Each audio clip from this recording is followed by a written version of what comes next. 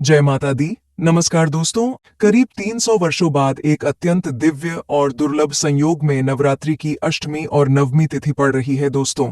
इस बार की ये नवरात्रि की अष्टमी और नवमी तिथि बेहद ही खास और अद्भुत होने जा रही है, क्योंकि इस बार इन दोनों दिनों में धन लक्ष्मी योग अमृत सिद्ध योग का निर्माण हो रहा है, जिस वजह से इस बार सभी भक्तों पर माता रानी की असीम कृपा बरसने वाली है। दोस्तों, आज की इस वीडियो में हम आपको बताएंगे कि शारदीय नवरात्रि साल 2024 में अष्टमी और नवमी कब पड़ेगी, और कन्या पूजन और हवन का समय क्या होगा, और नवरात्रि व्रत का पारण कब होगा। इसके अलावा विसर्जन आपको किस दिन करना है, और वह कौन सी 6 राशियां हैं जिनकी अष्टमी और नवमी नवरात्रि से किस्मत चमकने वाली है, और वह कौन से उपाय हैं जिनको करने से मां दुर्गा आपके सभी दुख दर्द और कष्ट दूर कर देंगी, और कन्या पूजन में ऐसी कौन सी बातें हैं जिनका आपको ध्यान रखना चाहिए, नहीं तो मां दुर्गा आपसे नाराज हो सकती है। इन सभी बातों की सही सटीक और संपूर्ण जानकारी आज की इस वीडियो में हम आपको विस्तार से बताएंगे, इसलिए वीडियो को आखिर तक जरूर देखें। और दोस्तों, अगर आप भी अपने जीवन में माता रानी की कृपा पाना चाहते हैं तो वीडियो को लाइक करें और कमेंट बॉक्स में जय माता दी लिखना ना भूले दोस्तों। 12 अक्टूबर शनिवार के दिन शारदीय नवरात्रि का समापन होगा। दोस्तों, नवरात्रि में अष्टमी और नवमी तिथि सबसे खास मानी गई है। अष्टमी को माता महागौरी और नवमी के दिन मां सिद्धिदात्री का पूजन करने के बाद इन तिथियों में कन्या पूजन और हवन आदि किए जाते हैं। वही मान्यता के अनुसार कन्या पूजन और हवन के बाद ही नवरात्रि का व्रत और पूजा पूर्ण मानी जाती है। दोस्तों, इस बार दुर्गा महाअष्टमी 10 अक्टूबर दिन गुरुवार को होगी और अष्टमी तिथि प्रारंभ होगी 10 अक्टूबर को 12:31 पर, और अष्टमी तिथि का समापन होगा 11 अक्टूबर को दोपहर 12:06 पर। दोस्तों, उदया तिथि के आधार पर शारदीय नवरात्रि दुर्गा अष्टमी 10 अक्टूबर गुरुवार को होगी। दोस्तों, इस दिन व्रत रखकर माता महागौरी और कुलदेवी की पूजा की जाएगी। आइए दोस्तों, अब जान लेते हैं दुर्गा अष्टमी पूजा व कन्या पूजन के शुभ मुहूर्त के बारे में। दोस्तों, सुबह का मुहूर्त होगा सुबह 7:51 से सुबह 10:41 तक दोपहर का मुहूर्त होगा। दोपहर 1:30 से दोपहर 2:55 तक शाम का मुहूर्त होगा। शाम 5:45 से रात 8:55 तक संध्या काल मुहूर्त होगा। रात 7:35 से रात 8:22 तक। दोस्तों, अष्टमी के दिन ये सभी मुहूर्त सर्वश्रेष्ठ मुहूर्त है। इनमें से किसी भी मुहूर्त में आप कन्या पूजन कर सकते हैं। आइए अब जान लेते हैं दुर्गा महानवमी कब है। दोस्तों, दुर्गा महानवमी 11 अक्टूबर दिन शुक्रवार को मनाई जाएगी। नवमी तिथि प्रारंभ होगी 11 अक्टूबर को 12:06 पर। नवमी तिथि समाप्त होगी 12 अक्टूबर की सुबह 10:44 पर। दोस्तों, उदया तिथि के आधार पर शारदीय नवरात्रि दुर्गा महानवमी 11 अक्टूबर शुक्रवार को होगी। इस दिन व्रत रखकर माता सिद्धिदात्री की पूजा की जाएगी। दोस्तों, अब जान लेते हैं नवमी कन्या पूजन मुहूर्त के बारे में। दोस्तों, सुबह का मुहूर्त होगा सुबह 6:27 से सुबह 7:51 तक। दोपहर का मुहूर्त होगा दोपहर 1:30 से दोपहर 2:55 तक। शाम का मुहूर्त होगा शाम 4:19 से रात 7:19 तक। आइए अब जानते हैं कन्या पूजन विधि। दोस्तों, महाअष्टमी और महानवमी जिस दिन भी आप कन्या पूजन करना चाहते हैं, सर्वप्रथम मां दुर्गा की आराधना करें। अब इसके बाद 9 कन्याओं और एक बालक को बटुक के रूप में घर बुलाकर उन्हें आसन पर बिठाएं और स्वच्छ जल से कन्याओं के पैर धुलाएं। अब उनका तिलक करें और फिर भोजन करवाएं। भोजन में कन्याओं को हलवा चना और पूरी का भोग लगाएं। कन्याओं को भोग लगाने के बाद उन्हें दक्षिणा दें और उनके पैर छूकर आशीर्वाद लें, और स्वयं भी प्रसाद खाकर व्रत का पारण करना चाहिए। आइए अब जान लेते हैं कलश विसर्जन विधि के बारे में। दोस्तों, शास्त्रों के अनुसार कलश का जल और कलश में ढाली जाने वाली चीजें जैसे सिक्का, अक्षत, सुपारी, हल्दी की गांठ, दुब, आम या अशोक के पत्ते सुख, समृद्धि और जीवन में पॉजिटिव एनर्जी लाते हैं। अष्टमी या नवमी आप जब भी कन्या पूजन करें, कन्या पूजन के बाद मां भगवती का ध्यान और ओम श्रीं श्रीं क्लीं हं का जाप करते हुए मंदिर में स्थापित कलश को दोनों हाथों से सम्मान पूर्वक उठाए और कलश से थोड़ा जल हाथ में लेकर घर के चारों कोनों या दिशाओं में अच्छी तरह से झड़क ले। दोस्तों, क्योंकि कलश के जल में सभी देवी देवताओं का आशीर्वाद होता है, जो आपको सुख समृद्धि प्रदान करता है। इसके बाद बचे हुए जल, कलावा अक्षत आम के पत्ते, धूप आदि को तुलसी के पौधे या अन्य हरे पेड़ पौधे को अर्पित कर दें। दोस्तों, कलश में ढली सुपारी, सिक्का, हल्दी को धन रखने के स्थान पर रख दें। इससे आपको मां लक्ष्मी जी का आशीर्वाद और सौभाग्य की प्राप्ति होगी। शास्त्रों के अनुसार नारियल पुण्य प्रतापी कहा जाता है, इसलिए इसके विधि विधान का खास ख्याल रखें। आइए अब जान लेते हैं नवरात्रि पारण और दुर्गा विसर्जन मुहूर्त के बारे में। दोस्तों, 2024 में शारदीय नवरात्रि व्रत का पारण 12 अक्टूबर दिन शनिवार को 10वीं तिथि के दिन किया जाएगा। शास्त्रों के अनुसार पारण 12 अक्टूबर के दिन शनिवार को सुबह 10:58 के बाद किया जाएगा। दोस्तों, नवरात्रि का व्रत प्रतिपदा तिथि से नवमी तिथि तक करना सर्वश्रेष्ठ माना गया है। दुर्गा विसर्जन मुहूर्त 12 अक्टूबर को दोपहर 1:17 से दोपहर 3:35 तक का रहेगा। तो दोस्तों, आइए अब जानते हैं वह कौन सी राशियां हैं जिनकी किस्मत इस अष्टमी और नवमी नवरात्रि से चमकने वाली है। तो इस नवरात्रि पर लाभान्वित होने वाली पहली खुशकिस्मत राशि है मेष राशि। मेष वालों के लिए अचानक से धन लाभ के योग इस शुभ अवसर पर बन रहे हैं। किसी खास व्यक्ति से मुलाकात होने पर आपको लाभ होगा। पुरानी चली आ रही समस्याओं से इस समय छुटकारा मिलेगा। नौकरी पेशा जातकों को नौकरी में अच्छे परिणाम की प्राप्ति होगी, जिससे आपका रुतबा बढ़ेगा। पहले सोचे हुए कार्य बन सकेंगे। अटके हुए कार्य पूर्णता की ओर चल पड़ेंगे। कार्य क्षेत्र और व्यापार में भाग्य का साथ मिलेगा। नई जिम्मेदारियां मिल सकती हैं। जबरदस्त धन प्राप्ति के योग हैं। लखपति करोड़पति बनना आपका भाग्य में लिखा है, लेकिन आमदनी बढ़ेगी तो खर्चे में भी अधिकता हो सकती है, तो खर्चे पर नियंत्रण रखें।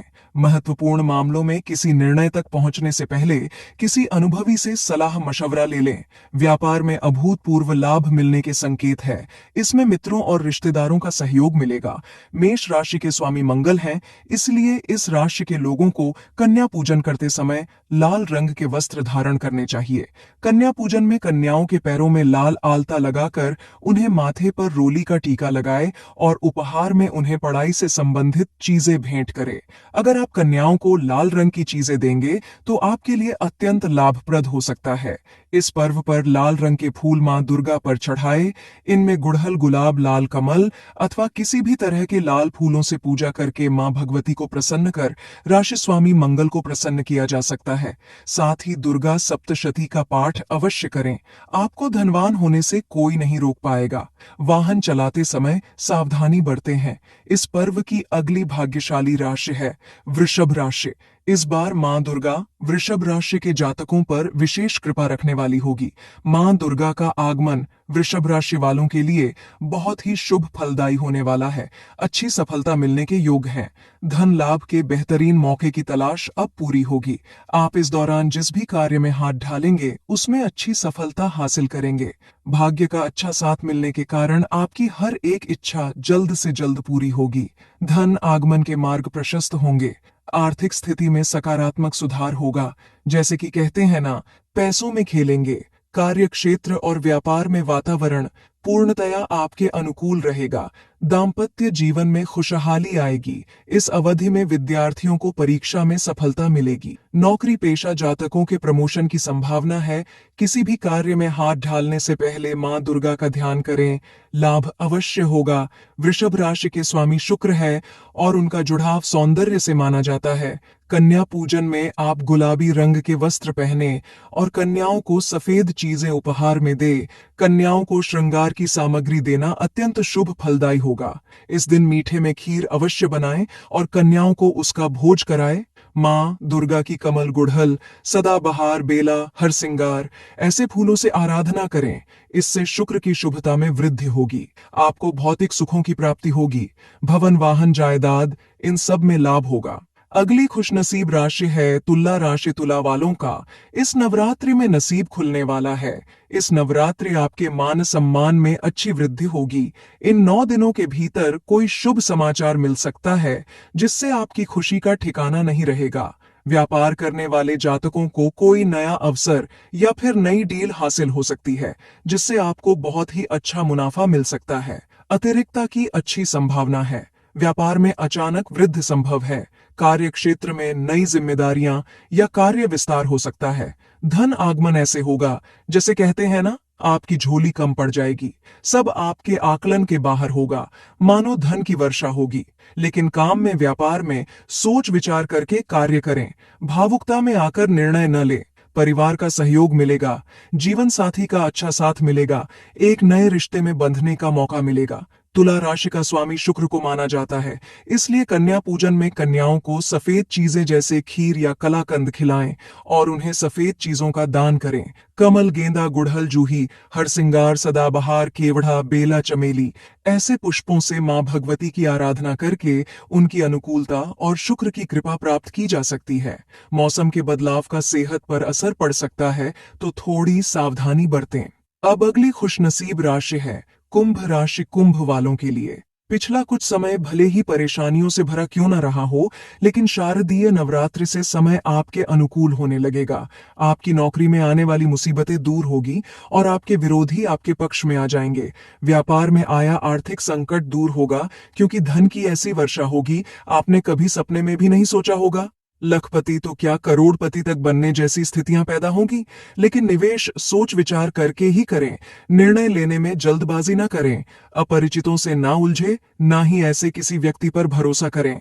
आपके मित्र भी परेशानियां बढ़ा सकते हैं। शनि की 7.5 चल रही है, लेकिन शनि महाराज अब शतभिषा नक्षत्र में पहुंचे हैं। वे प्रभावशाली और ताकतवर बन गए हैं। आपकी राशि के स्वामी शनि है। जीवन में जो भी दिक्कतें आ रही थीं, वह सब दूर होगी। शनि महाराज आपको शारीरिक और मानसिक दृष्टि से ताकतवर बनाएंगे, तो सारे शुभ संयोग आपके जीवन में बदलाव लेकर आएंगे। तो गेंदा, सभी प्रकार के कमल, गुड़हल, बेला, चमेली, रात रानी आदि से मां भगवती की आराधना करके उनकी कृपा और शनि दोषों से मुक्त होने की मनोकामना भी पूरी की जा सकती। कुंभ राशि के लोग अगर किसी एक कन्या को यथाशक्ति सोने की कोई छोटी मोटी वस्तु दान में देती है, तो यह आपके लिए अत्यंत शुभ कारक होगा। या फिर आप कन्याओं को वस्त्र और पढ़ने की सामग्री उपहार में दें और कन्या पूजन के समय नीले वस्त्र पहने, तो इन 4 राशि वालों के सितारे अब बुलंदियों पर हैं। इन्हें धनवान बनने से कोई रोक नहीं सकता, लेकिन इसका मतलब यह नहीं है कि बाकी 8 राशि वालों के लिए यह समय ठीक नहीं है। यह 4 राशि वाले सबसे ज्यादा लाभ पाएंगे। उसके बाद मकर और धनु वालों के लिए भी यह समय शुभ रहने वाला है, और मिथुन, कर्क, कन्या, वृश्चिक, मीन और सिंह राशि वालों के लिए यह समय मध्यम फलकारी होगा। तो बाकी राशि वाले निराश ना हो जाएं। सच्चे मन से मां की आराधना करें, आपके दिन भी बदलेंगे।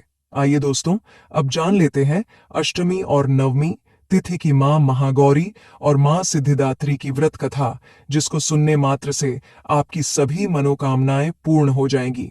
मां महागौरी की व्रत कथा। पहली कथा। पौराणिक कथाओं के अनुसार भगवान शिव को पति के रूप में पाने के लिए मां पार्वती ने कठिन तपस्या की थी। हजारों वर्षों तक माता ने अन्न जल ग्रहण नहीं किया था, जिससे माता का शरीर काला पड़ गया था। माता की तपस्या से प्रसन्न होकर भोलेनाथ ने उन्हें स्वीकार किया और माता के शरीर को गंगा जल से धोकर अत्यंत कांतिमय बना दिया। माता का स्वरूप गौरव वर्ण हो गया, जिसके बाद माता पार्वती के इस स्वरूप को महागौरी कहा गया है। माता के इस स्वरूप की विधिवत पूजा अर्चना करने से सौंदर्य की प्राप्ति होती है तथा घर में सुख समृद्धि का वास होता है। दूसरी कथा। वहीं माता के इस स्वरूप को लेकर एक और पौराणिक कथा काफी प्रचलित है। काल रात्रि के रूप में सभी राक्षसों का वध करने के बाद भोलेनाथ ने देवी पार्वती को काली कहकर चिढ़ाया था। माता ने उत्तेजित होकर अपनी त्वचा को पाने के लिए कई दिनों तक ब्रह्मा जी की कड़ी तपस्या की। ब्रह्मा जी ने तपस्या से प्रसन्न होकर मां पार्वती को साक्षात दर्शन दिया और हिमालय के मानसरोवर में स्नान करने के लिए कहा। ब्रह्मा जी की सलाह पर मां पार्वती ने मानसरोवर में स्नान किया। स्नान करते ही माता का शरीर दूध की तरह सफेद हो गया। माता के इस स्वरूप को महागौरी कहा गया। तो दोस्तों, ये थी मां महागौरी की कथा। अब आपको सुनाते हैं मां सिद्धिदात्री की व्रत कथा। एक पौराणिक कथा के अनुसार भगवान शिव ने मां सिद्धिदात्री की कठोर तपस्या कर 8 सिद्धियों को प्राप्त किया था। साथ ही मां सिद्धिदात्री की कृपा ने भगवान शिव का आधा शरीर देवी हो गया था और वह अर्धनारीश्वर कहलाए। मां दुर्गा का यह अत्यंत शक्तिशाली स्वरूप है। शास्त्रों के अनुसार देवी दुर्गा का यह स्वरूप सभी देवी देवताओं के तेज से प्रकट हुआ है। कहते हैं कि दैत्य महिषासुर के अत्याचारों से परेशान होकर सभी देवता गणम भगवान शिव और प्रभु विष्णु के पास गुहार लगाने गए थे, तब वहां मौजूद सभी देवतागण से एक तेज उत्पन्न हुआ। उस तेज से एक दिव्य शक्ति का निर्माण हुआ, जिन्हें मां सिद्धिदात्री के नाम से जाते हैं। पौराणिक मान्यता के अनुसार मां सिद्धिदात्री के पास अणिमा महिमा, गरिमा लघिमा प्राप्ति, प्राकाम्य, ईशित्व और वशित्व सिद्धियां हैं। माता रानी अपने भक्तों को सभी 8 सिद्धियों से पूर्ण करती हैं। मां सिद्धिदात्री को जामुनी या बैंगनी रंग अति प्रिय है। ऐसे में भक्त को नवमी के दिन इसी रंग के वस्त्र धारण कर मां सिद्धिदात्री की पूजा अर्चना करनी चाहिए। मान्यता है कि ऐसा करने से माता की हमेशा कृपा बनी रहती है। तो दोस्तों, इस तरह से शारदीय नवरात्रि की संपूर्ण जानकारी समाप्त होती है। तो एक बार दिल से कहे जय माता दी। आशा करते हैं आपको हमारे द्वारा दी गई जानकारी अच्छी लगी होगी। तो दोस्तों, आपको हमारी वीडियो कैसी लगी हमें कमेंट में जरूर बताइएगा। साथ ही वीडियो को लाइक करके चैनल को जरूर सब्सक्राइब कर ले।